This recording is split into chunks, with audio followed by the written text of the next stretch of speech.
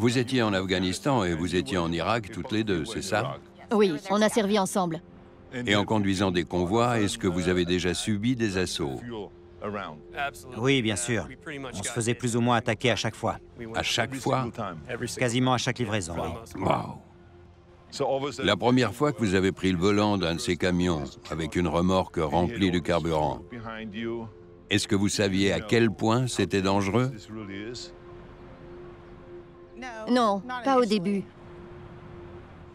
J'étais là-bas depuis un mois quand j'ai été attaquée pour la première fois. On partait tous les jours à 6 heures et c'était plutôt facile d'anticiper notre passage. Je conduisais le premier camion du convoi et à une intersection, il fallait s'arrêter pour tourner à droite. C'est là qu'ils sont passés à l'offensive en nous lançant des grenades. J'ai perdu connaissance et mon passager a été tué. Il a été tué.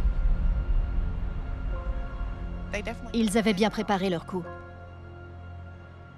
Au bout d'un moment, on se dit qu'il faut changer de méthode de fonctionnement ou améliorer celle qui existe déjà. Je travaille là-dessus depuis plus de 10 ans. Quand je suis revenue ici, Ouais. je voulais continuer ma mission en parlant de ces convois de carburant et du danger qui pèse sur eux en permanence. Si on acceptait de mettre en place des énergies propres et qu'on laissait le Pentagone faire le nécessaire, on sauverait beaucoup de vies. L'écologie, ce n'est pas seulement les ours polaires, c'est aussi nos convois militaires et notre sécurité nationale. On sait qu'on peut désormais fournir des énergies renouvelables aux bases militaires.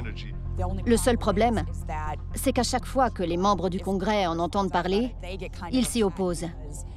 Parce que beaucoup d'entre eux et beaucoup de citoyens affirment que le changement climatique n'est pas réel. Comment peut-on nier un phénomène pareil? En fait, j'ai presque envie de vous retourner la question.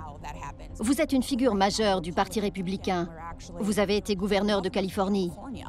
Et la plupart des oppositions aux mesures écologiques viennent des membres républicains du Congrès. Comment ça se fait? Beaucoup d'entre eux sont contrôlés par des lobbies et des industriels très puissants. C'est la triste réalité.